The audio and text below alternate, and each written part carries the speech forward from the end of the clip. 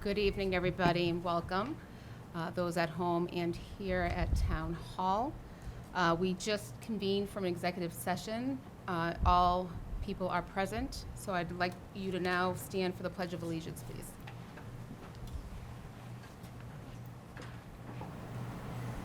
I pledge allegiance to the flag of the United States of America and to the republic for which it stands, one nation, under God, indivisible, with liberty and justice for all.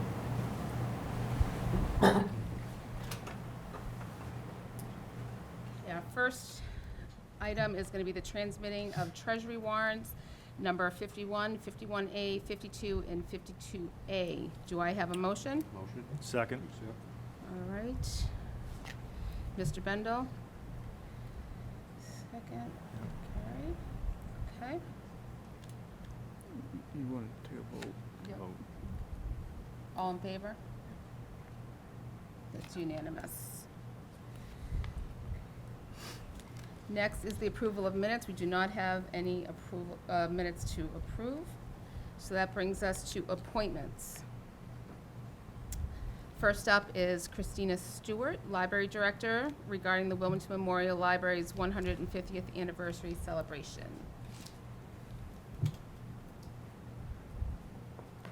Hi, Tina, welcome. Good evening.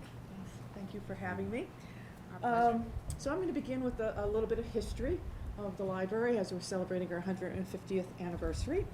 So Wilmington's first public library opened in a small room behind the old town hall, which is now the Wilmington Arts Center. And then in 1890, it moved to the old center schoolhouse, now the 4th of July building. And it remained there for almost 80 years. And in the early 60s, with the growth of Wilmington, they began to look at expanding a library, and the town purchased the land on Middlesex Avenue, which was previously owned by the Archdiocese of Harrisburg, that's Pennsylvania, of Boston, and where the St. Thomas of Villanova Church was located.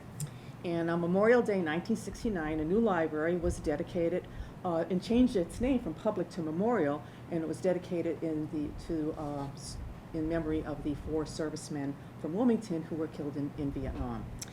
So fast forward after that, and to probably now around 1998, we did a space needs study. Again, Wilmington was growing, so the service requirements for a growing population were changing, and there was a proposal to build a new library on the Swain Green. And however, in 2005, the proposal for that new library was defeated.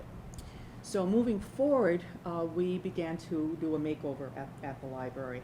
And those improvements continue. And most recently, we have renovated the stairwell with some funds from the Barbara Johnson Trust Fund. We've added a small meeting room. And we also have been changes outside the library, such as the Peggy Kane Reading Garden, where many people like to use their Wi-Fi or come and read. And we've, especially with COVID, we've done some programs outside in that space. So there's been a lot of changes in terms of sort of interior makeover changes, but not a lot of, in 150 years, not a lot of significant building changes. However, there's been a lot of service changes when you think about the way library services are provided and have changed, especially in the last 20 years with the advent of technology. Many people thought that the internet would put libraries out of business, and that didn't happen. In fact, we've used technology to enhance our services to the community, and this really became apparent during COVID when we were really, people could use our digital services and everything from, downloadable books and music and audio, ebooks, and many of plus, of course, we did many of our programs via Zoom. So we've taken, certainly advantage of technology in offering services, new services over the years to meet community needs. And I think what has changed is that the experience for patrons is no longer just transactional. It's more like it's a transformational experience through many of our programs and through our community connections. Our tagline is "Community starts here," and so many of our programs bring people together. And we do a townwide yard sale. We have done picking up litter program recently in this past This past spring, a tree seedling giveaway, a revived civility program a few years ago. So we constantly look at ways to engage the community, to bring them together, and also to get them to know Wilmington a little better as well through our local history programs. So that's sort of just a brief, very brief synopsis of a 150-year history of the library. The way we've been celebrating, certainly we started with the rededication of the library over the Memorial Day weekend. We rededicated the library and honoring the 4 servicemen who were killed in Vietnam, but we were more inclusive in that rededication, rededicating the library to all the residents who gave their lives over the last 150 years to our country. And following that, also, as you've seen around town, we gave out 150 yard signs with the anniversary logo. And we've also integrated the 150th anniversary celebration into our summer reading program. So the first 150 kids who sign up will get a cap with the 150th. It's not exactly our logo, but it's pretty close on the cap. And also for the adult summer reading program, when adults sign up, they will also get a cap after reading 1 book. So we try to get people, again, promote the literacy and get them to kind of participate in the celebration. We also have a coloring contest with the logo where kids can print off the logo and where they can color it, and we're pasting that on the stairway to the children's room. We are doing a community reads program, The Great Gatsby by F. Scott Fitzgerald. One thing about town-wide reads, everyone reads the same book and comes together to discuss the book, and kind of, again, another way to bring the community together. On our website, we've collected a lot of historical photos of the library. They're on the website for people to go back and sort of take a little walk down memory lane or add any of their own memories as well. And the Friends of the Library, who I certainly can acknowledge for all their support over the years to the library, are doing their membership drive, and sort of as an incentive, they are going, everyone who renews or joins by June 30th will be entered into a drawing, and they have $150 in gift certificates for the drawing. And last but not least, we're doing our summer bash, annual summer bash on the Swing Green on August 13th. And the Friends are giving out 150 packages of sugar cookies. So there'll also be a photo op. The big sign that we have on the front lawn of the library, we'll take that over to Swain and have kids we can take pictures with the large logo. So in closing, I'd just like to acknowledge certainly all the staff that have worked at the library over the years, the trustees who have served on the board, and the Friends of the Library who have volunteered to support the library and give their time. In addition to all the people who have walked through the doors over the years, and I think we've, the staff over the years, I think we've helped many people change their lives and supported them in some way. And so we look forward to serving the citizens of Wilmington for many years to come. Thank you. We all look forward to that as well. I thank you and everybody, the staff, all the people you just mentioned, for your continued commitment, to the people of Wilmington with the library. I know as a mom, my kids have, participated from the time they were really young to reading groups and all that stuff, and you truly do make reading. I'm an avid reader, but it made it fun for my kids, because it's not always easy for a parent to get a child to read, or a teacher. Right. So I can speak from experience that you and your staff definitely helped with that a lot. So thank you. Thank you, Madam Chair. Mrs. Stewart, thank you very much for being here, and congratulations to you and your staff on the 150th anniversary, and thank you for all you do for the community. You talked about it a little bit. Who could have imagined 150 years ago that you would be outside the walls of the physical space that you have now? I mean, I've seen you at the farmers markets with programs. I've seen you at Untitled. Recently, they had a song and dance program that the kids enjoyed, and now as we speak, there's an event going on the Swain Green with animals, and so many others. And one of my favorites is always the Welcome to Wilmington reception that you have usually every year for residents, and I think probably last year was maybe the first time you missed that event because of COVID, but that's understandable, and that's always a great event. Tons of new residents come out and meet everybody, and we really appreciate all you do, and I was happy that we got to sign up some of your newest members last week, and they're really excited about it, so thank you very much. Thank you for everything you do. it's, in today's society, it seems like it's more and more getting away from going to libraries. You don't hear of libraries as much, but in Wilmington, we do. And you encourage it, you and your staff encourage it. And it's something that, again, you and your staff should be proud of, and the town of Wilmington should be proud of having you and your staff showing that the libraries are still important, and they will always be important. But thank you very much, and enjoy the 150. And let me echo my colleagues' comments. You know, I guess going last is the hardest thing to do because they've said everything.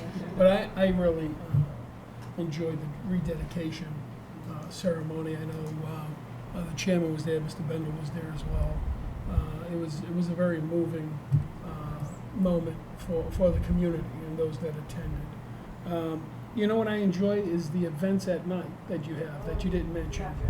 The after hours events, yeah, when you can have a little glass of wine and a cookie or something like that. About that glass of wine. And those events are outstanding that you put on, and you do that with other organizations. So, you know, you're really spreading out and doing so much for the community, and such an important focal point for Wilmington. And I thank you and your staff for everything that you do. And I have a yard sign, by the way. Oh, good. Right Oh, up that's front, great, just that's saying. great. Yeah. Thank you. Thank you. I would just add to what's been said that, you know, one of the, I think, amazing elements of the Wilmington Library, and certainly it goes to Tina's leadership, is creating an environment for her staff to really test things out, try different types of programs, try different features, and certainly in my time here, under Tina's stewardship, so to speak, the library has really evolved, and in this environment with the changes, as Tina mentioned, the technology and the way people use the library, I think she's done a masterful job at going beyond books and really looking at community connections, and so that's what it's really become. Thank you. Thank you so And much. I just want to add, you know, certainly been very fortunate to have the support of the administration, and which has been, you know, very important in being able to do the things we do. That Jeff has been supportive during my, you know, he's been town manager and I've been director, so I do appreciate that. Thank you so much. Thank you. Good to see you. Next, we have Valerie Gingrich, Planning and Conservation Director, regarding open space and recreation plan. Hi, Val.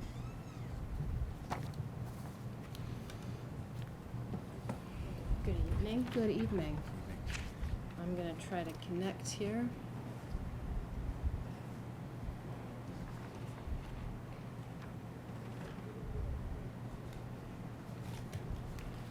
Okay. Thank you for having me. Valerie Gingrich, Director of Planning and Conservation for those at home. And I'm here to talk to you about the Open Space and Recreation Plan that was recently completed by the Open Space Committee. To get us started, before we talk about the update, since the 2015 plan, there's been a good long list of accomplishments that we've achieved. They're outlined, the full list is in the plan. I won't go through everything, but I wanted to highlight some things. One of the big ones being the construction of the Untitled Farm recreational facility in the last 5 years. We updated the land stewardship program handbook. We uploaded maps of our trails to our website that you can download. We've added a small playground at the Murray Hill development, constructed the Wilmington Dog Park, and pictured top middle is one of the examples of Eagle Scout projects that has been completed in the last 5 years. This was in Town Forest, there were 2 pieces of trail that you had to then walk through a wetland to get to the other side. Now you can walk on this great boardwalk, you don't have to get your feet muddy. So it's a great improvement out there. One of the many Eagle Scout projects that have been completed over the years. So the update process, a committee was formed in the later half of 2019 is when we started this process. The committee members are listed here on the slide. We got started with the process, and they took a look at the 2015 plan. We went over our accomplishments. We started looking at the goals, objectives, and action items that were in that older plan to see if they needed to be updated, see if they were still appropriate or needed some changes. So the first thing that comes to mind is to reach out to the community, see what people think about open space in general. So we issued a community-wide survey online. Maybe you remember it. It asked questions about what types of open space you use, what are your most valued, what are you the most familiar with, all sorts of general questions. And this was to get general feedback from the community to see if goals have shifted at all. And from those responses, which we got a good number, 478 responses, we heard similar things that we heard during the 2015 process. Trails were still the #1 focus. Folks really love trails, which was the case back then. And they're also the thing that people use most in other towns. And they're also the things that people are least familiar with. So that told us a little bit of a story of what we need to do. The other thing that was interesting that came out of this survey was that there was a comment that said we need a dog park. And so we took that and we said, people don't know we have a dog park. So another item that sort of an overall theme of making folks aware of what's actually out there, what exists. Not just creating new things, but also making people aware. So with this information, the Open Space Committee, over the fall of 2019, the start of 2020, we held a bunch of public meetings to go over the goals, kind of fine-tune the goals, the previous goals. They stayed largely the same because they're more general. But then we dug into the objectives and the actual action items that go under each objective. I'm not going to read through this whole list, but I just wanted to highlight some of them. And one of the things in that theme of making people aware of what we have is creating a signage plan for our trails and our trailheads. We have these trails, and you can see them off of certain side streets, and you may wonder where they go, but you don't know. So, you're not necessarily going to go walking down a trail if you are not good with directions. You might get lost. So putting a sign on those, just telling people where they go, having maps that they can download, making them aware of what's out there is something that's going to, I think, be a real amenity for people in town. Another highlighted item there is something that's been talked about for quite some time. And the photos on this slide are illustrations of this. It's to coordinate with the Middlesex Canal Commission on a grant application to construct a bridge over the Maple Meadow Brook Aqueduct at Town Park. And that aqueduct is pictured there in the bottom right.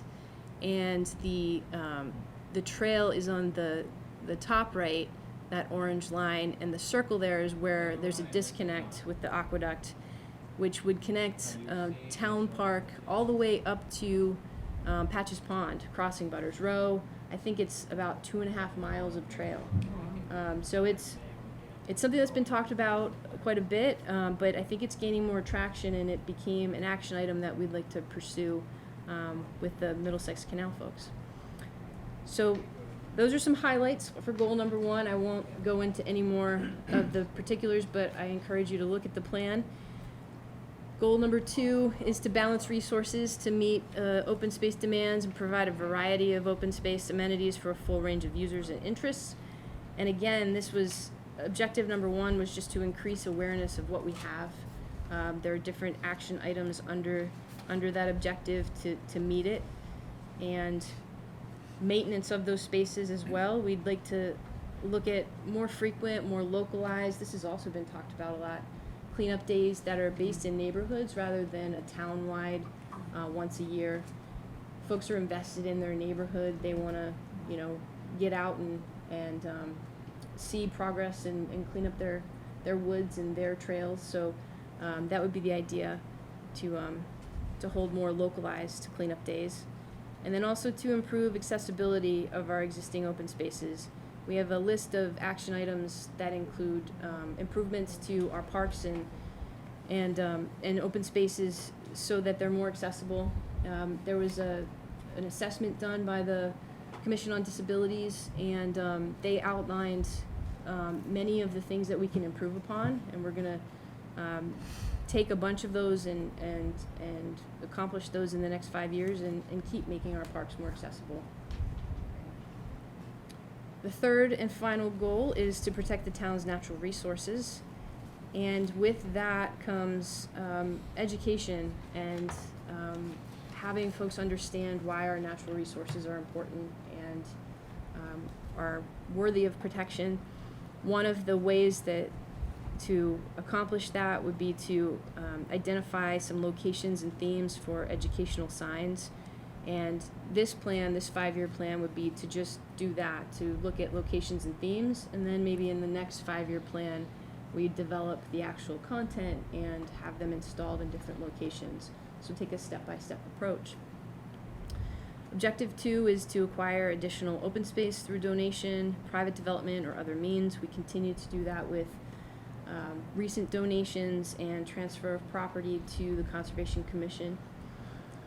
And then jumping down to 4, I wanted to highlight this one, completing a municipal vulnerability preparedness plan, MVP plan, because we are going to be finished with that really soon, and it's going to be our first thing that we check off on this to-do list, which is exciting. Jumping right into it. And so this is the list of goals, objectives, action items that the committee worked through and outlined.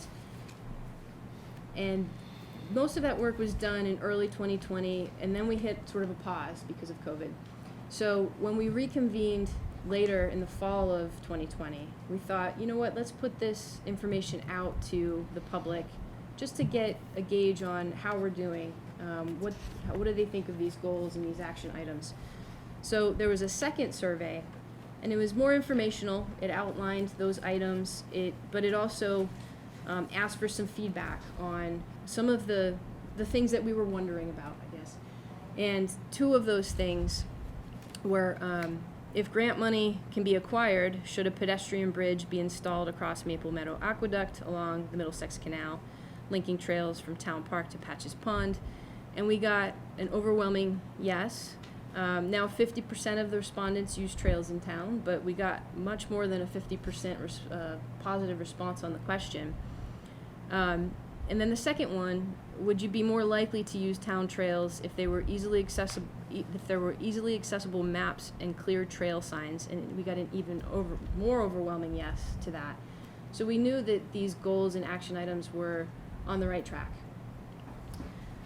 So with all of that information, folks in my department, we took a look at the planning text in the document. We updated, we corrected, added to the inventory of open spaces, and really kind of overhauled the document over the course of this past winter, and got to a place where we came back to the committee with a fully revised draft. Just earlier this month, the committee met and we finalized the draft, and that draft is now posted on our department webpage. And we are asking for folks to submit any feedback, comments by July 19th to me via email, or if you don't want to email, you can send us a letter, you can call us, any way that you want to get back to us. That final plan will be submitted to the state's Division of Conservation Services for review and approval, and an approved plan makes the town eligible for grants, which the type of grant that we would be looking for that pedestrian bridge at Town Park. And I have to do a special thanks to my former assistant planner and my former conservation agent, Ryan Hale and Sierra Pelletier. They spent a lot of hours working on this plan. We didn't hire a consultant. We took it ourselves and rehauled it, and I think you have a better knowledge of the content and a better description of what's in there because of it. So thank you to them. And I look forward to discussing it more, and I can answer any questions. Thank you. Thank you, Pam. This is exciting. I love it. How long does it usually take once you submit to get approval? So that's a great question. Because right now I think things are not usual. Yeah. So backed So up. it could be a little while. Typically, they review these plans in great detail. Mhm. So there may be some things that come back to say, hey, can you check this and can you Sure. add this? So I'm expecting that. Yeah. But I would expect that we would hear back from them within a month or two, Oh, good. I think. I hope. That's great. Yeah. Well, good luck. It looks great, and Thank you. the trails, all that stuff's really exciting. Thank you. Yeah. I didn't know about the map, so I'm gonna go and check those out now, so I'll be honest. Anybody else? Just Kevin? Sure. Valerie, thanks for the information presentation. It's very informative. I do like the idea of a cleanup day. Yeah. I know that when DPW comes in here and they have a cleanup day when you're supposed to wade in the waters and clean up, and that's all, well, that's good, and I like that, but I certainly would rather go up and down my neighborhood and behind the schools and clean up there, and I know I've been discussing this, and Mr. Bendel and I have been talking about this for a long time. How do we, present something like that? And you've done it, and I think that's a great idea, and I think you should run with that, because I think a lot of people I see on my neighborhood, some of my neighbors are walking down, they have a bag and a stick, and they just, they do that. And I think if it was a coordinated effort, I think it would be great. There is one area, the old Garden of Eden, the old golf course in Wilmington. And I know I grew up in that area, so I know walking around there a little bit. But there's a bunch of land that wasn't it donated to the town for trails, and I've gone through a few of those trails, and they're kind of narrow. And is that one of the plans to do that, or is that in here? I didn't know if I really noticed that, and that's a big piece of property that I think Mr. Langone donated, right, to Right. the town? He did, and we will be kind of taking, so he donated the land, he's finishing up his construction out there, so he's not finished with the development. So once he's kind of almost to the end, which he's getting there, we would go take a look at the trails, make sure that they're looking good. But those trails, there's a small parking area off the end of Green Meadow Drive. And that trail actually links into the trail at Mill Road, which then also links to the Murray Hill development. So 3 of those subdivisions have trails that link together and create a nice network of trails. So one of the goals in here is to make sure that the links between them are seamless so that people can take that nice long walk if they want to. And that there's signage, so that Exactly, they don't get lost. exactly. Because you can get lost. up there. Signage is a big one. We don't have much of it at all, so that's gonna be a real improvement, I think. Oh, thank you. Sure. Mr. Bendel? Thank you, Madam Chair. Valerie, thank you very much for the presentation, very informative, as mentioned, and thanks also to the committee for their work here. Mr. Kara mentioned it, I too agree that, if we can localize the cleanup day by neighborhood, pre-COVID, we were talking about some ideas and how we could incentivize folks to get involved, maybe perhaps the town will provide bags, and one thing I know about Wilmington is that we're super competitive, so, maybe if we could make it into some kind of contest where the street or neighborhood picked up the most, they got a prize, just something silly, to make it competitive, and I think that would go a long way. I think people would really gravitate to that, opposed to what we offer now, which I think is great also. There's certainly a place for that, there always will be, but I think if we added this in addition, it would be a nice touch. So I think it could have some success. Yeah. But thank you very much for the presentation. Thank you. The biggest thing I heard tonight was signage. Many people say, hey, where are they? Where do they go? But knowing now that you can pull them up on a map, and if we have signs out there showing people where they are, I believe that they'll be used more. Unfortunately, there'll be more issues too, but I think it'd be more exciting for people to say, I can go here. There's the sign, there's where I go, this is where I have the map now, and here's where the trail will take me. So thank you for bringing that up. And thank you for you and your staff for what you're doing. Thank you. Val, I'm sorry. just a minute. Are you guys going to consider doing like a QR code on signs? I mean, obviously we'd need, people should download if they don't bring their phones or whatever, but is that a consideration? Definitely. Great. I think the goal is to provide as much information as we can in a small format, and also have it be a comprehensive sign plan so that as we go along, everything looks familiar and similar. Yeah. Whether it's an Eagle Scout project to mark a trail, Yeah. they're using the same type of markings that have been used over at a different spot, Great. so that it's all a comprehensive approach. But yes, for sure. That's awesome. Thank you. Just to extend my appreciation certainly to Valerie and the committee for all the work that they've put in updating this plan. And there's certainly a lot of gems around town in terms of places you can go. I've spent a fair amount of time up in the town forest, which, I don't know that I've ever run into anybody when up there, but that's a great spot. The spot that Valerie mentioned off of Murray Hill, the Sawmill Brook Trail, and actually connects with trails in Burlington. So there's a whole area of trails up in that neck of the woods. So, but I think the other piece that Valerie touched upon, which I think would really be a great element to add to the mix, is the connection on the Middlesex Canal. I've also been in that neck of the woods, and the trail literally goes from Patches Pond up to where it stops right at there's a break in the bridge there, but to be able to make that final connection, I think would be a nice feature. So thank you very much. Thank you, Val. Appreciate Great. it. Thank you. Great job. Thank you.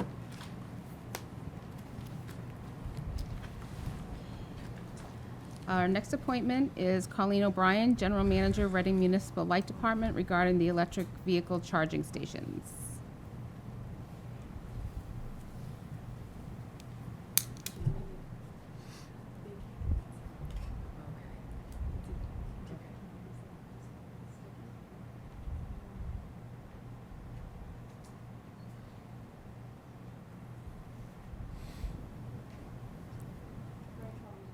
That's okay. Madam Chair, I did bring a laptop, but I don't have an HDMI connection. Oh, okay. I don't have the app, so that's why I'll be able to have it. So if Valerie can help me, I don't have a USB port. USB. okay. Well, now that I know what the setup is here, I'll make sure that I bring the right one next time, but please allow me to.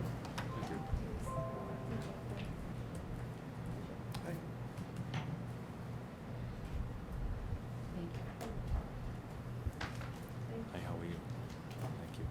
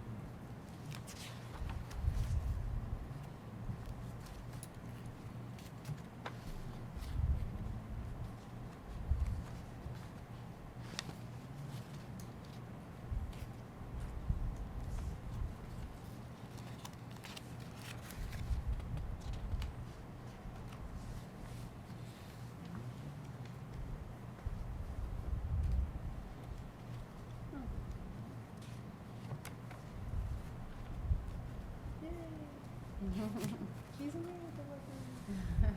Thank you so much. Okay, great. Okay, thank you so much for having me. So I'm here tonight to give you some more information on the EV charging grant that we submitted to the Mass EV IP program. So I'll walk you through what I have for information, and then we can, feel free to stop me as we go by. But so the RMLD as a whole is committed to, supporting the building of EV charging infrastructure with the onset of the new climate bill and all of the state's goals. They're looking at the building sector, the transportation sector, and the utility sector. And we've been doing a lot of work at the RMLD. Our power supply portfolio, I worked really hard to make that very clean. So we're already ahead of the game. But now this will be the first time that we've ever had any laws that have been imposed on municipal light plants. So I feel like we're in great shape. But with that, in the transportation section, you have, the state looking at possibly in 2030, the transition of gas vehicles. So it is kind of an interesting thing. Do you build and they come, or are they banging down your door to build them? So it's someplace in between. So what the board has approved, and in addition to that, the CAB, and George Hooper is here from the Citizens Advisory Board, is that we put money into, for one charging station for each town going forward, right? So next time it's one for each town, and then we're gonna try to keep doing that and work with both the towns and private to try to get those built. So in addition to that, we have been for quite a while giving away rebates up to $750 for residential network-enabled chargers that you can use at home. The caveat with that is that I created a time of use rate. Well, that was created, but I hooked the rebate to that so that, we can look ahead as far as charging cars and not overloading transformers, right? Because we have transformers, maybe one transformer in a neighborhood feeding 5 homes, and everybody, charges their Tesla at the same time, and then RMLD is gonna get a call, and we'll be right there to fix it, but we wanna try to stagger that. So there's concepts of different utilities that like to go into the home and control things. My management style is more changing creature habits. So we're going to be trying to do this with the time of use rate. So we've been offering those residential network chargers. So if you don't have one, give me a call and we can make that happen. It also obviously promotes the off-peak charging and limits or helps to limit the less polluting, to keep the more polluting plants from the ISO possibly running. The more we can try to keep the load down. We did work with Analog to pilot EV charging stations there. That's going quite well. The RMLD met with George, your building and superintendent, and then we sought potential EV charging locations that met the state criteria, which was essentially visibility, community accessibility, and those type of things. And we obtained approval from the town, you all, on March 18th to submit a grant application for a level 2 and a level 3 DC fast charging at the Yentl in Wilmington Town Hall. The state, under the Mass EV incentive program, awarded on June 4th the level 2 grant monies for Yentl Park and Town Hall locations. There is a July 3rd response date back to the state by the RMLD for the level 2 grants, and the state has not responded to the RMLD's level 3 grant submittals as of yet. So subsequent to the investigation of the Yentl location and its potential parking lot design review that might come forth, or the fact that it's closed in the wintertime, has resulted in the removal of Yentl as a location per the direction of the board, as indicated by George. The RMLD would like, however, for you to consider an alternative location for the Yentl award money to the Wilmington Library location. The RMLD, as part of the grant, is responsible for all make-ready work, all the construction, And Voltrek was awarded the EV charger head equipment, so that's kind of how the project breaks out, right? RMLD does all the construction, and Voltrek comes in and puts the head in the equipment. The cost of the make-ready and the equipment would be offset by the grant, and the RMLD would cover any additional costs from its current budget that I spoke about of providing that one charging station each for service towns. The charge locations will be accessible through an EV network app for location and payment. I don't know which one it's going to be yet, depends on the type of head, but they all seem to be being integrated together through the software companies. And parking logistics, et cetera, can be finalized between the town and the RMLD. That's yet to be discussed. I don't think it's gonna be difficult, but there are logistics to talk about and to nail that down. The RMLD has hired Voltrek since getting the award, their engineering section, to help assist with the detailed feasibility of the location. So while RMLD engineers are really good at, electric installations, charging stations are fairly new, and the complexities of them can be, we put it this way, we can use someone who has designed and built hundreds of them to come and make sure that we're looking at everything correctly, including the regulations regarding the EV charging spaces. And the grant is requiring spacing and hatching.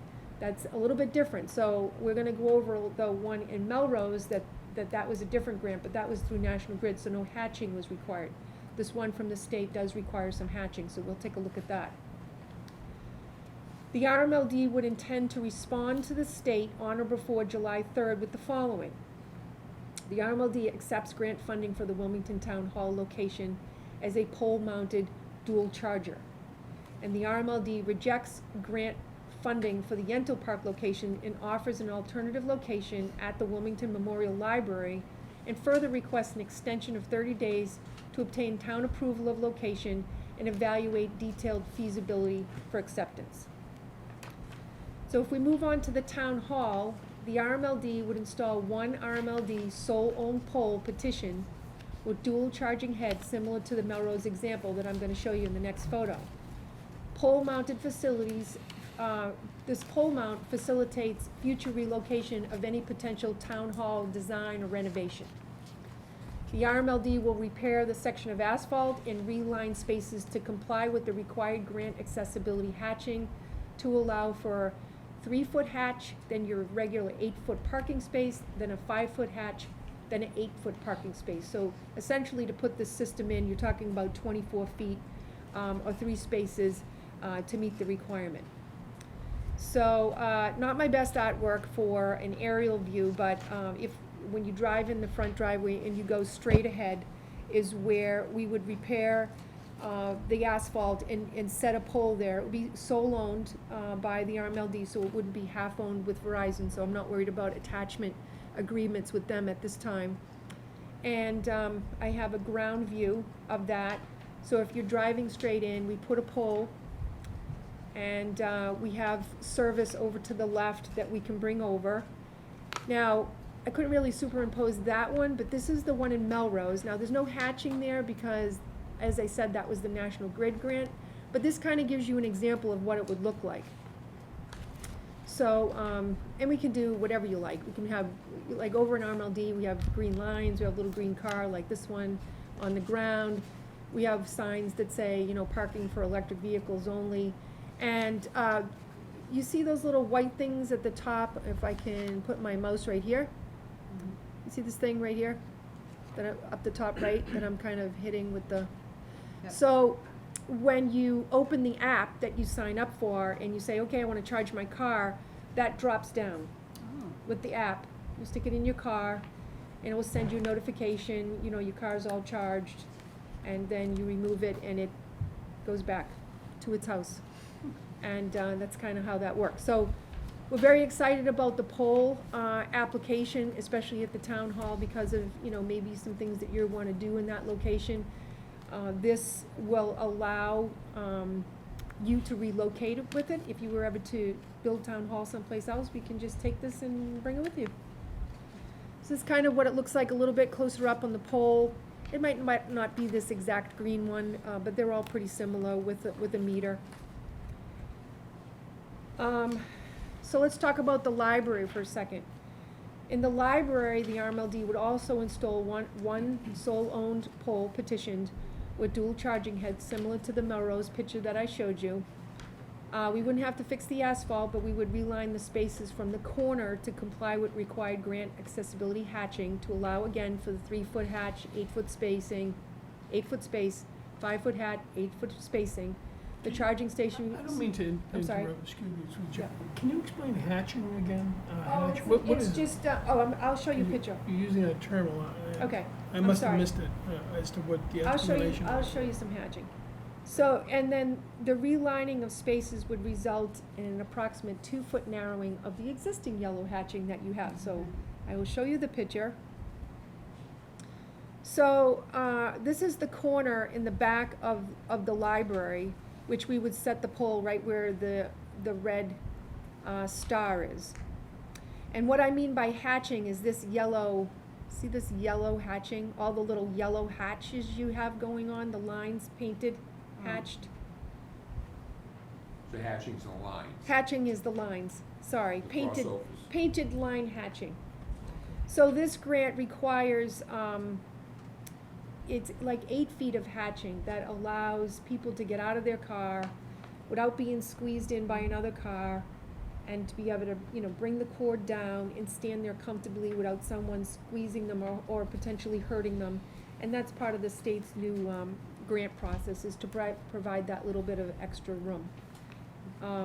So from the corner then, you would have like 3 foot of hatching, then the space, then 5 foot of hatching, then another space. And we would reline all the way down to just before you get to that white car, you have this more hatching that's coming from the walkway that comes up. And we would just narrow that by 2 feet. It doesn't really even align with the walkway, it's just kind of in between 2 spaces, and so we would just narrow one side of it and it would be perfect. So that's kind of what that would look like, I'm And how many sorry. parking spaces would the town lose because of the hatching? When you put in a dual charger, Mhm. it's 3 spaces. It's 24 feet that you need. Okay, so Okay. they would lose 1 space, Correct. okay, in each location. In each location. And my apologies, I made a typo on this one. This is supposed to say ground view instead of area view. Mr. Hooper would like to speak. Yes. Also, for some clarification, it's also for ADA compliance, Mhm. so there is enough room for somebody to get into that. You or myself may able to squeeze in, but just to provide access. You may see that a lot on some of these handicap accessible parking spots. Right next to it, there's a small area that has lines Yeah. or hatch marks. That's to provide an adequate area for them to access that spot. It's for all to use it. Yeah, no, I recognize that, Mr. Hooper. When you bring up the ADA compliant issue, I see that the parking spots are further away from the building for someone who has a handicap. So right now, we have handicap spaces that are close to the building for their convenience and their help. But these are far away from the building for that, but just, And so they Correct. can use these charging areas also. right, right.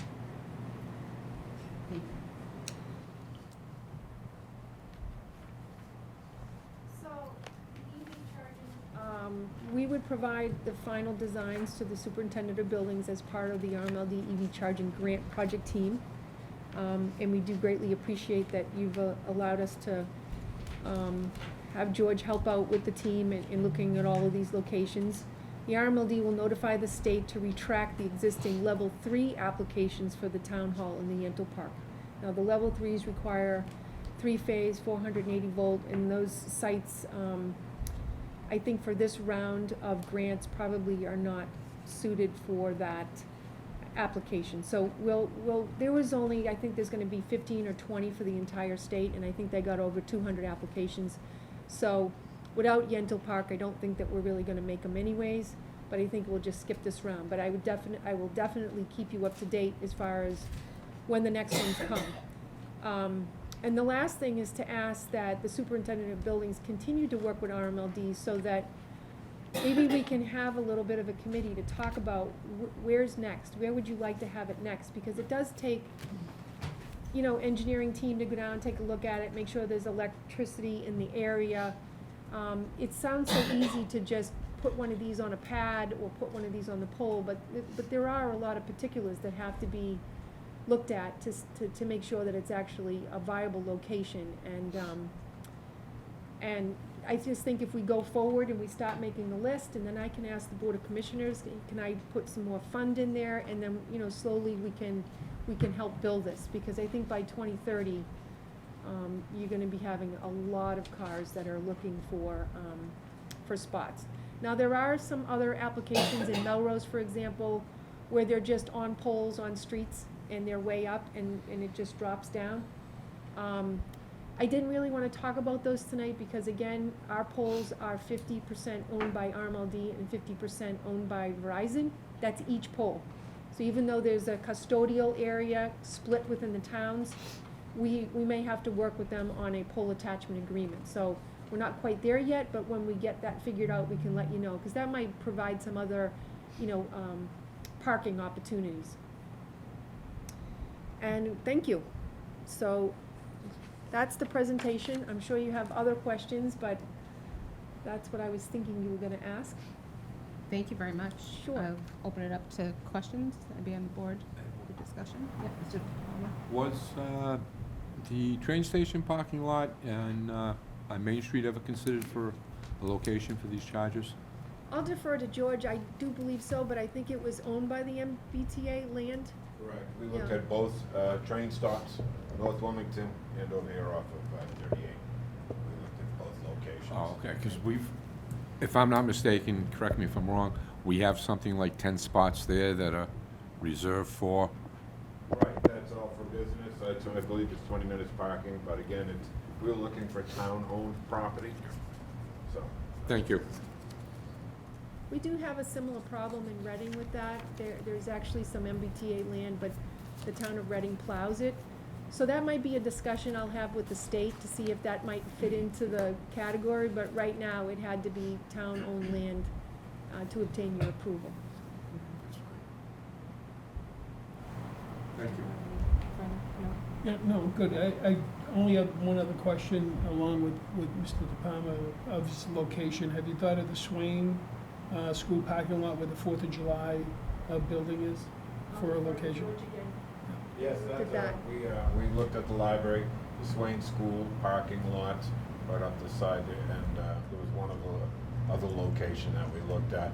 And as far as power applications and for close proximity, the library kind of worked out the best. And if that didn't work out, our number 2 was the Swain Green area. Because one of the things also, Mr. Selectman, is the parking lot that we have to take care of, you know, the size, the 24 feet, and the configuration, what we're going to have to take away. So one of the areas we looked at was next to the big W that's over there near the 4th of July building. That was an area that we were looking to tap off of. So one of the constraints was the power supply. So the library was actually easier to configure, and then next would have been the Swain Green. But in the future, if we get more of these, Correct. we would look over there. Right, this list is kind of what we've worked out, so if another one comes in, again, that'll be another location, so. Actually, if I may, Madam Chair, so the level 2 is not limited. It's kind of like when the money runs out. So I don't know when that's gonna be. Mhm. So if there's other locations, I believe we can still submit. I think that's why they may be acceptable for me to do the alternate location with Yentl. That's going to run out when the money runs out. That's why we wanted to get in on that as quickly as possible. But if you have something in mind, we certainly can have our engineering team with Voltrek take a look at it with George, and we can add it to the list. And if we don't get grant funding, like I said, I have it in the budget in order to get you a dual as part of the budget anyways. So, Just another question for you. And at the last meeting, the judge had answered some questions too. You alluded to, and you can tell me if I'm wrong or right or whatever, that there are two types of charging stations. One charges faster than another charges a little bit slower, but we're getting the slower of the two. How Yeah. come? Why? Because then we're occupying that space longer than if we had the faster charge. Yeah, Is there's a that couple. true? Is there Um, one well, slower, it one is- faster? Yeah, it is, and it isn't. The DC fast charger is a 480 volt, three-phase system. They're working on trying to see if they can come up with DC fast charging, using a lower voltage, okay? Three-phase voltage is very expensive, to build and construct. That's why the level 3 grants went up all the way to $100,000, because they're very expensive. Now, not a lot of vehicles that are being built right now take a level 3 charger, and they take a level 2 charger. So, like if you go to Market Street, you'll see a whole bunch of Teslas. Those are all level 3 DC fast charging, and yeah, you could probably fill a tank in, a half an hour. But the level 2s are not, I don't think that the level 2s are meant to park there all day and fill. A lot of that is, we're trying to push for people to own one at home, because that's gonna be the least expensive way to charge your vehicle. And these are like top-offs, get another 20, 30 miles. When you're done, if you're there for the entire charge, or it is charged, your phone will get a note saying you're all done, you need to move your car. There's all kinds of things that we can do in the app that we can talk about with those parking logistics. But that's kind of the main difference. Most cars are not level 3 compatible at this time. Yeah. No, I like this idea. I think it's good that we're doing this, and these may be the right two locations. I would have preferred maybe at the Swain, but that's fine. One other question I have is, are you also going to provide lighting? Because if people are going to charge at night, then the lighting may not be as good as it should be for, so would you have lights above? Because I know it can get dark in areas, and certainly people want to charge at night when they come home from work. And if the lighting's not, bright enough, then people might get a little nervous. Oh. Not that we are a community that has issues. Yeah, that's a great question. I didn't look at the lighting when I was there. I would have to go back out. I'm looking at the town hall one right now, and I see that it looks like there's a street light on the pole, so we can certainly put a street light on the that's pole what I'm that we're saying. installing. Can you install a street Oh, light on the- absolutely, yeah. absolutely. But lighting's kind of interesting, right? So it's great when everybody wants a light, so I'll have to get permission from you that you want a light. You know what I mean? So I gave you 5 lights, take them down. So I will ask you and run it through George, and, we'll look at it for safety, and, when we can put something up that makes it look nice, it's fine. Perfect, Kendall. So Brian, thank you for the presentation. Oh, you're Thanks for very being here. welcome. Just 2 questions. Yeah. One, I think we talked about at the last meeting. The point was made by one of my colleagues, but I don't think it was mentioned here tonight. I want to make sure I'm very clear for anybody who might be watching at home. Although this is, I think, in theory, a great idea, the service would not be free for folks. You would have to pay, correct? Well, yes, you pay for electricity, Right. just like you pay for gas. So we have a couple of chargers. We have a charger at the RMLD, a dual head that we got for a grant, and then we have another one that we purchased. We don't get a lot of traffic there because it's down on Ash Street. Aside from the installation costs, we have software costs that go, hopefully maintenance won't be much while they're brand new. We've set the rate on those at about 22 cents.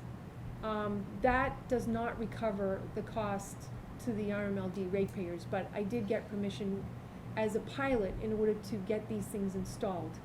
And as they're used more often, then the rate will be lowered, because we're a not-for-profit, right? That's what we are. So that's gonna be a pass-through. But right now, that's set at 22 cents. Maybe it should be 50 cents if you were to say to me, Colleen, I want a 5 to 7 year payback.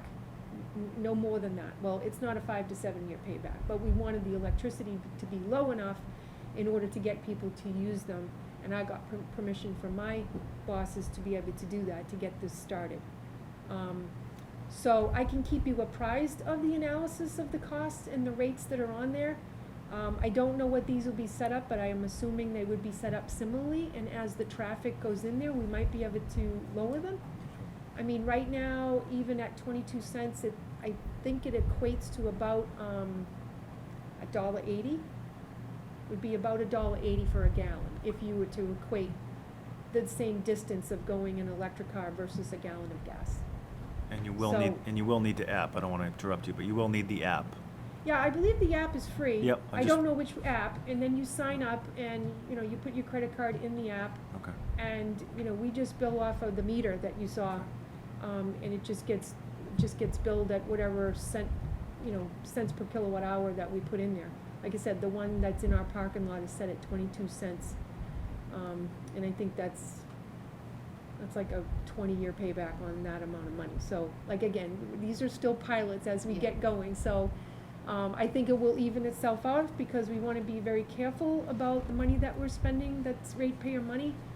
That's why I said at the beginning, it's kind of like it's brand new technology and we want to jumpstart it, but at the same time, we want to be very careful with the customer money as we do this. So that's why I'll keep you up to date as we move along and keep George up to date in the CAB meetings on that. Did I answer your question? That was good, thank Okay. you. And I just have one final question, if Sure. I may, kind of to the point you just made. Yeah. But will there be advance notice to the town if and when the grant runs out? For the level 2? Yeah. Well, I'm going to be talking to the state about what we talked about of what I'm hopefully gonna tell them about an extension in a replacement on Yentl, and I will ask them that. The last time I talked to them, it's just kind of like, well, it's there, it's part of the Volkswagen money, and when it runs out, it runs out. I don't know that they give me any more information than that. That's why I'm suggesting that if you want me to keep looking at areas, if you'd like us to go to Swain Green next or reevaluate it, we can keep going and see what we can do. They do give you a certain amount of time for us to get it in, but I think there'll be other rounds as well. I think the state really wants to help build this infrastructure in order for it to meet its Global Warming Solutions Act goals. Okay, So- thank you, Madam Chair. Yeah, Mr. Paul? I know I have a family member that just went down to North Carolina in their Tesla, and they just pulled up an app, and it told them exactly where all the Tesla charging stations are, of course, but also any others that they had on there. And I was also told that depending on where you were, the rates changed. They fluctuated all over. Of course, you paid more in New Jersey. They were less in some of the country roads she was on. Right. But will these be on an app so people know where they are and for advertisement purposes, or just, so people? I think as we get a little bit closer, I think we can have a meeting about the parking logistics. The app, the RMLD will produce a procedure that we'll have internally, and we'll go through all the apps, we'll send out flyers, we'll put ads in the paper to let everybody know how to use it. As far as the cost fluctuating between utilities, I mean, an MLP rate is one of the lowest, and we have, one of the lowest in the state. So depending on which utility you're in, if you're gonna be a National Grid or an investor-owned, it's gonna be higher. And it might be even a little higher as they try to recover their initial capital investments. I think that will even out, but I think you'll find that MLP rates will always be probably, less and match what you pay at home. Same with your charging, if I also encourage the town to be progressive on this, and if we can sit down with you and George, and locate other locations for these. It's the wave of the future. I think it's 2035, is gonna be a big shift into combustible cars, motors to electric. So I would be very interested in hearing if there are any other grants or these grants come out that we can get more of the charging stations in our town for. And thank you very much. Yes, you're very welcome. I I will guess the only I'll keep question- George up to date and, I guess the only question I would have is whether there are opportunities to locate these charging stations at private, in private areas. Certainly Market Basket, for example, Market Basket Plaza here in town is probably the most prominent spot in terms of, Right. people parking and so on. I imagine there's logistics in terms of perhaps some kind of agreements with the property owners and all, but I think that certainly at some point in time would be appropriate. well, it is, and I'll tell you the reason why I was a little hesitant with that. So there's a system called Volta. I don't know if you guys have seen this. Their business model is to go into strip malls or other places where people are kind of in and out in an hour. And they're in Boston. It would not cost us any capital. And the way it works is you have this, it's almost like, they don't want you to call them billboards, but they are flip signs on either side of these modules.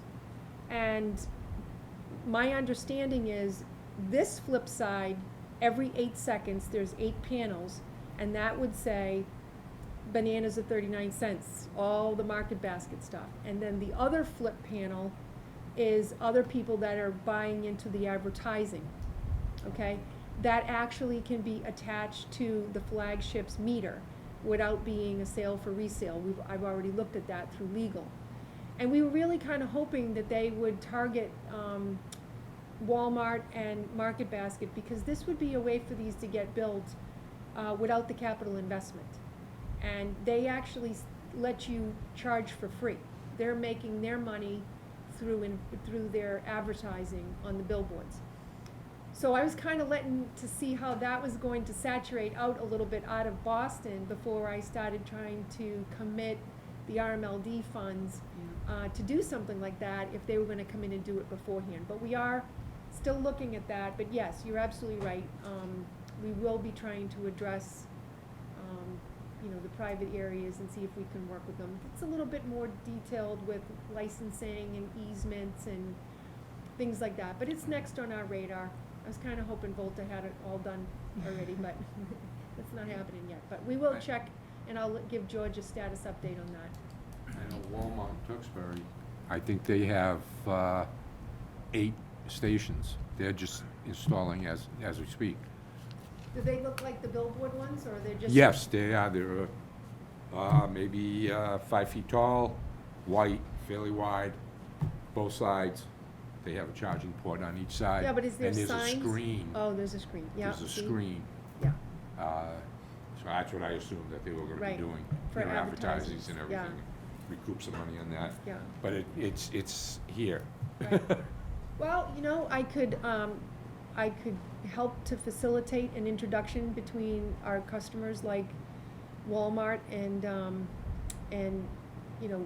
Target. Well, they're gonna get the Tesla ones, but start introducing our key accounts to Volta and see if anything matches their business model, to see if we can kind of fill in some spots that way too. So, Well, I think it's great. I fully support it as well. So thank you so much for coming in. This answered, I think, a lot more of our questions that we had. So thank you and George and. May I have permission to move forward with the town hall? Then I'm going to tell them yes, okay, and then we'll work out the logistics. I think you've already approved that, but I just want to let you know. And then if you would give me permission to ask the state to use, instead of Yentl Park, the library, and I will be asking for a 30-day extension so that we can look at the feasibility, and I can report back to you on that. If that's acceptable to you, that's how I will move forward. Okay, so I'm going to do I hear a motion to approve use of town hall for installation of charging? And the alternate being the library. Yeah, and the alternate being the library instead of Yentile. Okay, very good. Gary, do I have a second? Yeah, I'll say. Kevin? All in favor? It's unanimous. Granted. Thank you. Thank you very much. Appreciate We'll it. do- We we'll look do forward well by to, you. to And hearing thanks again back. for letting us have George to help out with the Yeah, committee. of course. Thank you very much. Thank you. Thanks, George. Yeah, we did also go by the public safety building, look there for location, and public buildings department. I think that those are two good spots. Yeah. And if you get a chance, go by Target in Woburn. They're also putting in about a dozen charging stations right now. Oh, really? So it's pretty interesting to see. Is that Target run?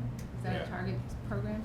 Yeah, it's, that's in Woburn. That's Tesla, right? Yeah, Oh, is that that's right? Tesla. Target, Oh, wow. Target signed a contract with Tesla. Tesla, is that Yeah, right? they're being pretty aggressive with it. Very. Wow.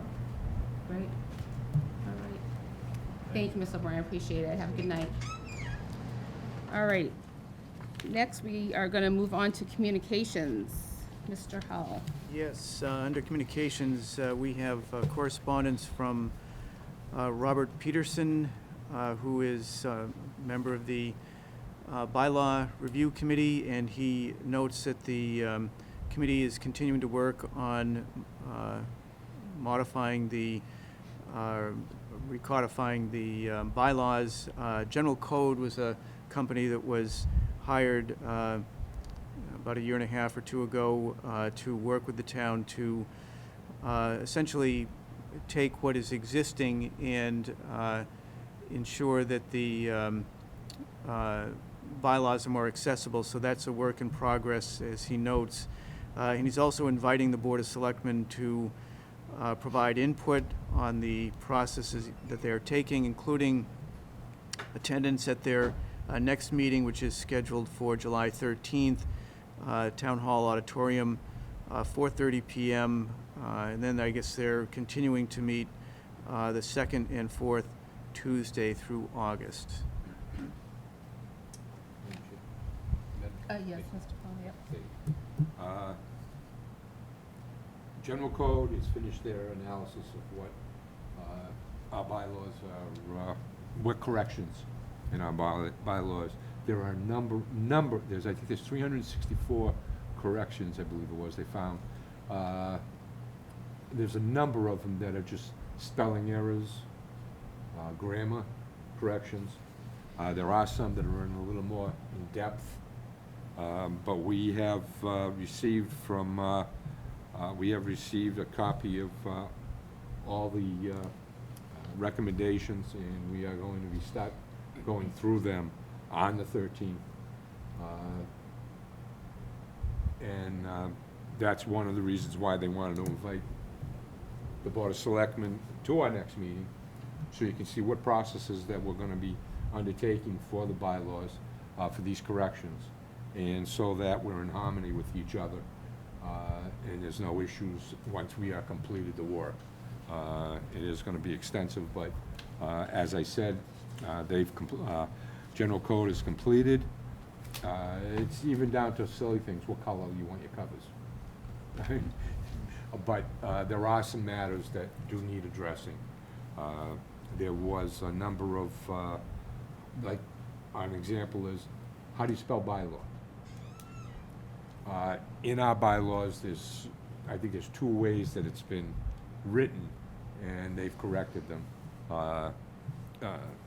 And now we're at the point where we are reviewing them, and then we're gonna be presenting them to the board when we're completed. But we wanted to extend an invitation to the board for our next meeting to see what we are actually gonna be doing with these recommendations and how we're gonna process them. Thank you, Madam Chair. Thank you, Mr. Palmer. Through the chair, and I do appreciate the invitation, but I don't get home until well after 5 o'clock, and, can they move this, can they move a meeting time to a different? We've tried for a later time, Yeah. but so many people, the people on the board have agreed, had felt this was the most comfortable because of the extended time we're gonna have to use at each meeting. We're anticipating to be there, anywhere from 3 to 4 hours on every night, going through everything, because there'll be a lot of debate, But all, like I said, this meeting was, we decided to invite the board as a whole, just so you can see what we're doing and how we're gonna go about it, and that when it's completed, we don't have a number of disagreements, because simply the disagreements are due to the fact that you don't know what we're doing and how we're presenting it. So it's, even if there's just another member or two to the board, it would be appreciated. But we just wanted to make sure the Board of Selectmen were in understanding on how we're transpiring, going forward with this at this time. Madam Chair, one of the thoughts might be if the draft document that is in place is shared with the board, and that way, if members are not able to attend the meeting on the 13th or whatever future dates, board members could review the draft and offer comments or questions on the document as they see it. Is that a possible? We already have it. It's about 300 pages. Oh, geez, okay. If you want, I can let Tina know, and she can email it to you all. But it's about 300 pages, I believe it was, Okay. of corrections. So if the board wants that, that's no problem at all. We can just have Tina email it to your selectmen's email accounts. Okay, thank you. You're welcome. All right, next is under communications, memo from Christina Tuma Conway, Town Clerk, with regard to the filling of the Board of Selectmen's vacancy. And she notes that in accordance with the Town Managers Act, Section 3 requires that the remaining selectmen to order a special election not less than 65 days or more than 90 days following the notification of the vacancy to hold an election. Based upon these dates, the timeline essentially earliest would be August 18th, the latest would be September 12th. It is noteworthy, though, there was some conversation, email exchanges between Tina, myself, and Town Council, and in some contexts, the word "shall," as it is noted in the Town Managers Act, is mandatory. In other cases, it's somewhat discretionary. In this particular instance, Town Council has indicated that it is on the discretionary or directory side as opposed to mandatory. So conceivably, if the board decided to go beyond the 90 days, within reason, it sounds like that's permissible. Also, with regard to the general laws, Chapter 40, Section 10, the board must provide at least 15 days time from the time that the selectmen notify the town clerk of the election date for candidates to submit nomination papers. So if the board were to select a date this evening, the earliest that nomination papers could be, a deadline could be established would be July 13th. So based upon these particular requirements, the earliest possible date for an election is August 31st. Unfortunately, as you know, two of the polling places are in the schools, the Boutwell and the Wildwood. The date of the 31st does not work because there's a parent-teacher orientation that begins at 8 o'clock in the morning and runs for the bulk of the day, and they're going to be using all the spaces in there. So the 31st does not work. And then also the first, September 1st, they're also going to be having teacher activities and meetings in there. So the date that's being recommended is September 2nd, which is a Thursday. Staff will be present, but the students will not be, and that is, we've talked to the school department, and that date does work. We recognize it is pushing up against the holiday. One of the challenges that we foresee in going beyond Labor Day is, we're now in a situation where the kids in those two schools will be back, I believe, on the 7th. So then it becomes an issue of doing it on a weekend, which presumably would be a Sunday. And in the case of the custodial personnel and the town staff, we would be paying time and a half for a Saturday election. The other option that the board could consider is to leave the seat vacant until the next regularly scheduled local election, which would be April of 2022. You'll recall that that turned out to be the case when former Selectman Ed Loud stepped down, but clearly in that instance there was a much smaller timeline between his departure and the election that was coming up. So the recommendation essentially at this point is the September 2nd. And then the other point that Tina mentions in her communication here is the prospect of whether to continue the election hours as has been typical 8 to 8. She's anticipating a fairly low turnout, and in an effort to try to, I guess in recognition of that, at least in part, she has suggested some potential alternatives, either making it 7 to 5 or 7 to 6 as alternative times. So one of the things on the board to consider later on in the agenda here would be looking for the board to make a determination on the date as well as the times. Next under correspondence is a memo from me to the board just providing a status on the American Recovery Plan funds. You'll recall from the last meeting I noted that the town is eligible for a little over $7 million.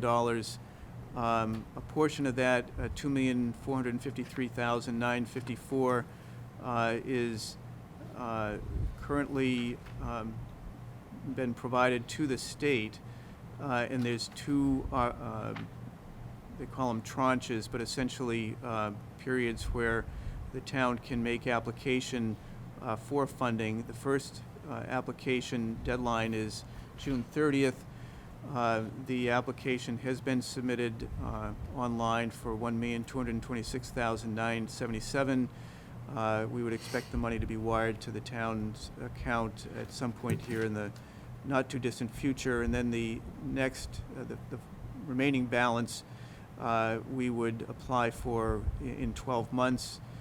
The other portion, the larger portion of those funds, $4,553,916, that allotment was based upon Wilmington's percentage of the Middlesex, what was formerly the Middlesex County population.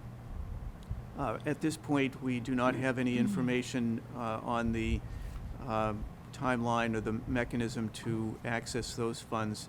So in the interim here, we're looking at different options for use of those funds. Certainly one of the things that I've had discussions with the Public Works Director about is the prospect of using funds for our infrastructure, water infrastructure. You may recall from the prior information I provided that that was one of the categories for use of these funds. The other category, which would be certainly a much smaller sum, but we may want to seek some money for COVID assistance in the event that there's any kind of a flare-up in the fall with the cost for contact tracing and some of those associated expenses. Next on the agenda is the board to consider. And the first item is the election and calling a special election to fill the vacancy that was just created by former Selectman Jo Marie O'Mahony. Okay, at this time, I'm going to entertain a motion to consider calling a special election to fill a vacancy on the Board of Selectmen. Gary? I'll make a motion for it. Do you want to do date specific, or we'll discuss date at another time? I would say date specific. Yep. September. So I would amend my motion to consider calling a special election to fill the vacancy on the Board of Selectmen with a term to expire on April 29, 2003, and said election to be held on Thursday, September 2nd. Do I have a motion? Second for Second. discussion? Yes? I have no problem with that motion, other than I would like to talk about the start times. Yep. I don't have a particular issue moving it up. I do think that we should acknowledge that it is a work day for most folks, and that 8 a.m., a lot of people might already be at work. What I don't like is cutting it too short in the evening. People do have to get home from work. They might have another commitment after work, whether it's dropping a child off somewhere or a sporting event or something like that. So I don't want to cut it too short, but I don't have a problem shifting it up a bit to 7. There's maybe 7 to 7 instead of 8 to 8, but certainly open to discussion on that. Yeah, I- Madam Chair. yes. Yeah, I have no problem as well with September 2nd, but I do think that the time should remain 8 to 8. I don't think that we should move it up to 7, or 7 to 6, or 7 to 7. We have it as 8 p.m., 8 a.m. to 8 p.m. People work late. People, myself on a Thursday, I work until 7. So I'll probably barely make it here to vote if it's at 8 o'clock. And I have to leave the house at 7 to get to work by 8. So, we're here to make some sort of convenience to the residents.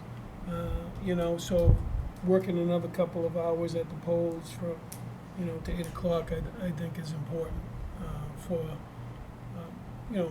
town folk to get an opportunity to vote. Consistency. Okay. Consistency, Mr. Parra. That's what we need, and I agree with you. Okay, so we will, so the motion is now to, call a special election to fill a vacancy in Board of Selectmen with the term to expire April 29, 2023, to hold said election on Thursday, September 2nd, from 8 a.m. to 8 p.m. Do I have a motion? Okay, do I have a second? I'll second. Okay, any further discussion? No? All in favor? Roll call? Well, Did I- just Aye. Okay. Unanimous?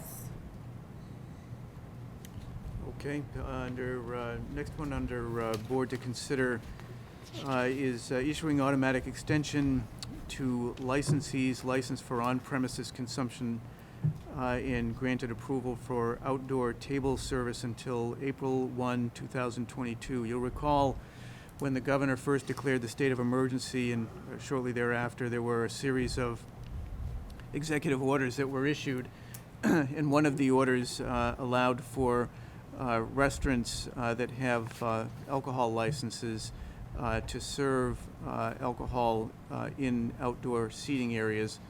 And in September of 2020, the Board of Selectmen authorized that to happen in Wilmington, and the premise of that legislation was that upon the expiration of the state of emergency, that allowance would continue for 60 days. More recently, the legislature has approved and the governor has signed off on an authorization that would allow that arrangement to continue through April 1st, 2022.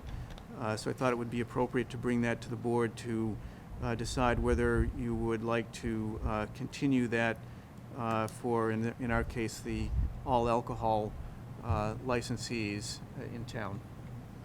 Is that up for discussion? I'll offer a motion as described by the manager.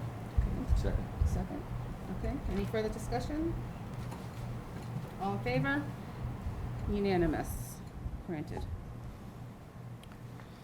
This next one is a board to consider requesting Mary Wanstelli O'Connor, Esquire, on behalf of Nalish Patel and NR Wilmington Corporation, doing business as Wilmington Plaza Wine and Spirit, to amend the all-alcohol license to allow the pledge of the license. So you'll recall, they came before the board back in April for a change in ownership, and the one of the pieces that was picked up on by the Alcohol Beverage Control Commission, one of their inspectors, was that there needed to be a pledge of the license, since Mr. Patel is actually purchasing a 50% interest from the other party, and using Rockland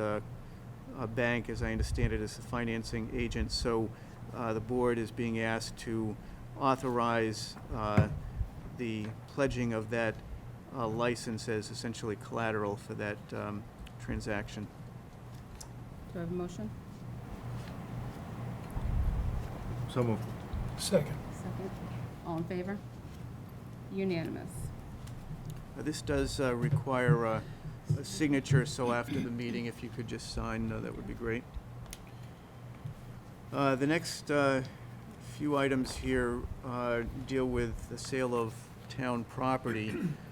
So you recall at the town meeting, there were a number of parcels that were requested for to be deemed surplus to the town's need. There were a few that were identified as being surplus. Ultimately, they went to the town meeting, and 3 in particular were identified as a surplus and or authorized the board to sell the property. In the first instance, the board is being asked to approve the sale of town-owned land located on Lake Street, map 55, parcel 228A, as voted at the annual town meeting of May 1st, 2021. I would just note that if the board authorizes this sale, then Valerie Gingrich will finalize a bid document. It'll be publicized in the newspaper and also other locations, and anyone who's interested in purchasing that property would submit a sealed bid by a date certain. The bids will be opened, and then ultimately it is awarded to the highest qualified bidder based upon the price. Do I have a motion to approve the request? Second. Second. Discussion? All in favor? It's unanimous. Similar process to the prior one. This We have a... Yes. Could you just state your name and address, please? I'm a contractor. We're working on a permit for National Grid to do the anode bed project on Glen Road. Was that being heard today? Or I'm sorry, which project? the anode bed on Glen Road for National Grid? No, that's not. Yeah, I was told that it was going to be heard tonight, but No, I'm sorry. It's not not something that was okay. brought before us. All right, thank you. Okay. Thank you.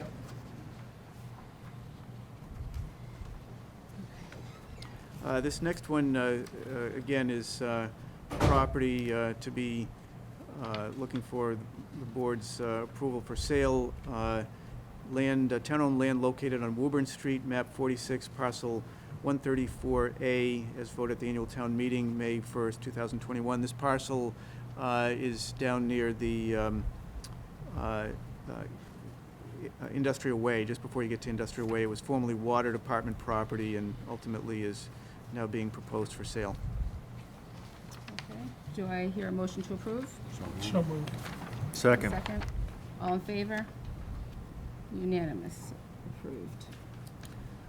The next parcel is sale of town-owned property located on Aldrich Road, map 9, parcel 56, as voted at the town meeting on May 1st, 2021. This parcel happens to be, if you're heading down Aldrich, it's just beyond Buckingham and Winston. It's on the right-hand side.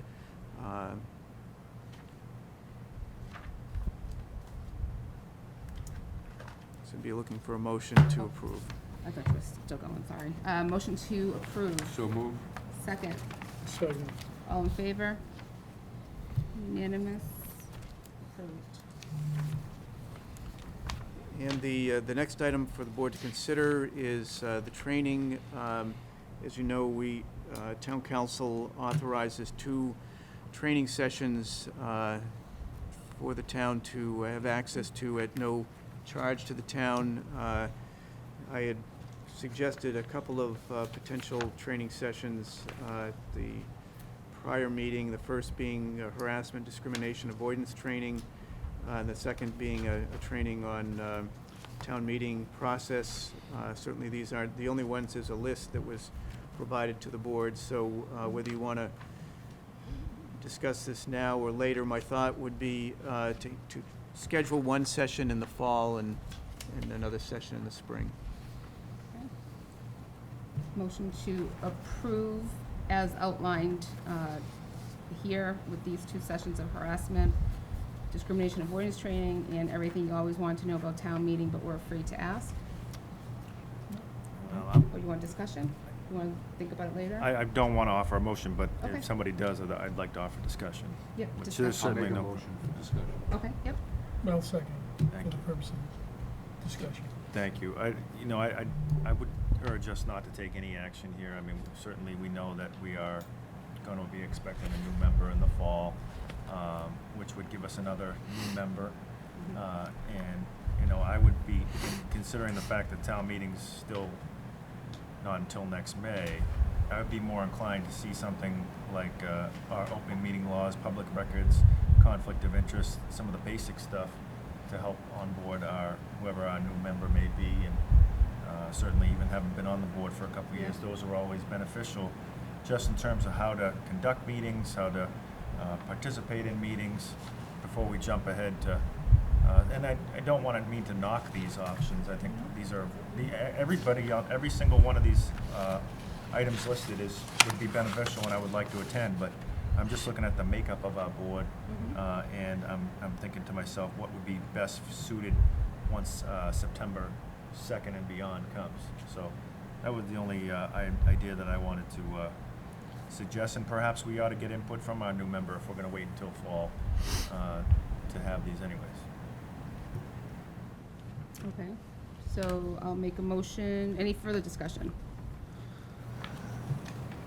I agree with my Okay. colleague after hearing it like that, yes.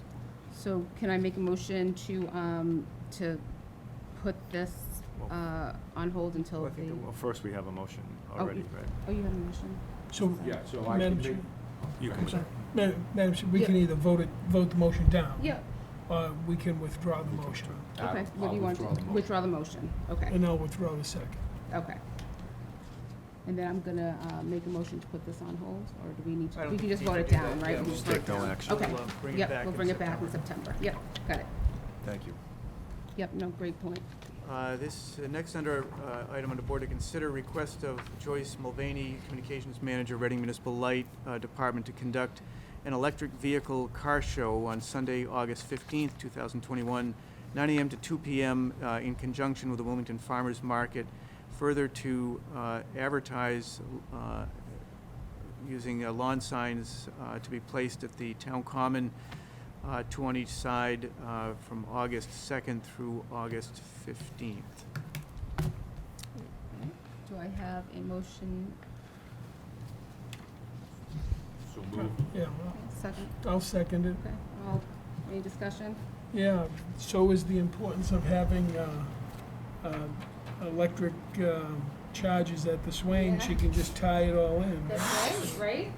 There you go. There you go, it's very timely. All right, all in favor? Unanimous, approved. That's funny. Okay, so next we will go to public comments. We do not have anybody left here in the room. So we'll go to any announcements.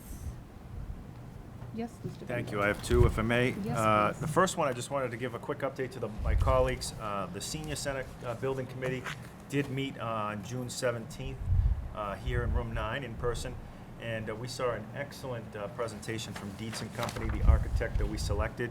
It was very impressive, and the PowerPoint consisted of just preliminary options of what the town might choose if they decide to go through with this project. So I just want to make it clear that no decisions were made, but all 4 of the proposed locations were discussed, and again, nothing was chose at the time, but each one was just discussed, and we had some back and forth with the architect about their thoughts on the location, which will continue. That was all preliminary.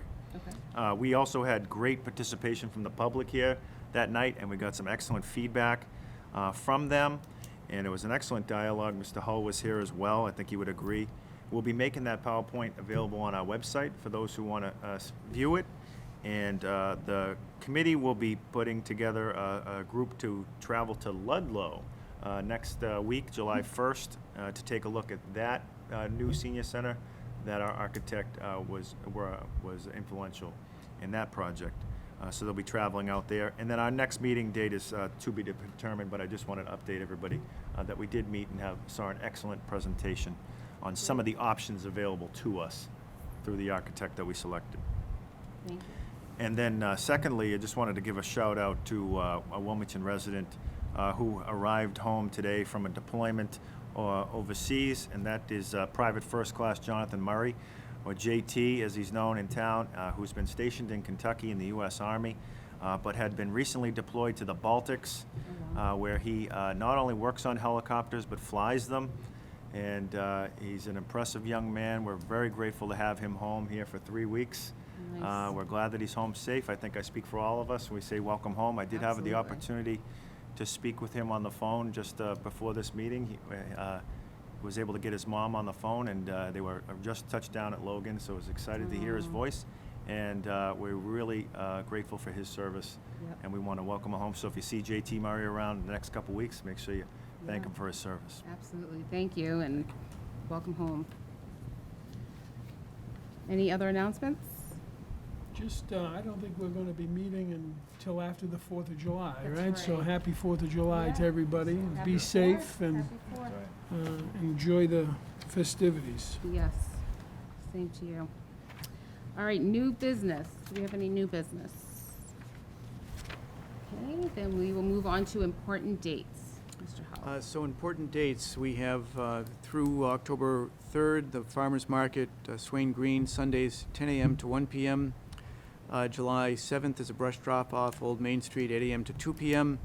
Also July 7th, concerts on the Common, 6:30 p.m. The group is called Ball in the House. July 10th, brush drop-off, Old Main Street, 9 a.m. to 4 p.m. July 12th, Board of Selectmen's meeting, Town Hall, Room 9, 7 p.m. July 14th, Economic Development Committee, Town Hall Auditorium, 6 p.m. July 14th, concerts on the Common, 6:30 p.m. The group is Jimmy and the Jesters.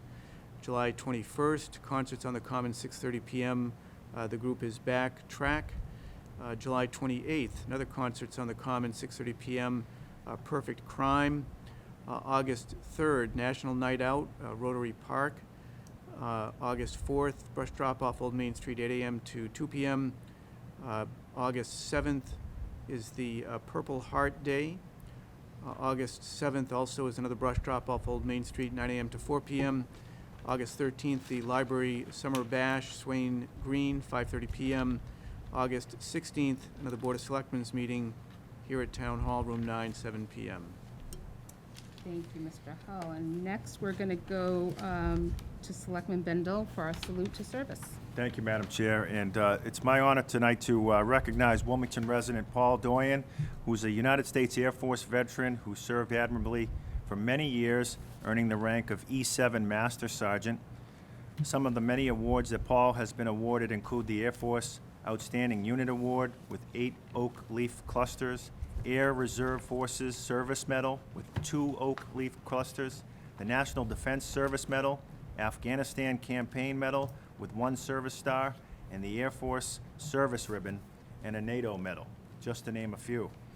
Paul's recently retired from the Air Force and works full-time as a firefighter in the city of Medford. Our entire community is grateful for his service and proud of his efforts. Among those who are most proud are his wife Kerry and his 2 daughters Eva and Kinsley. I know they're watching, and so on behalf of the Wilmington Board of Selectmen, we want to congratulate him on his retirement, and we salute Paul and thank him for his service to our country and to our community. So thank you, Paul. Thank you, Paul. That'll wrap up this evening's Selectmen meeting. We will see you in a couple weeks. Have a good night, everybody. Oh, motion to adjourn. Motion to adjourn? Yes, sorry. Second. All in favor? Thank you.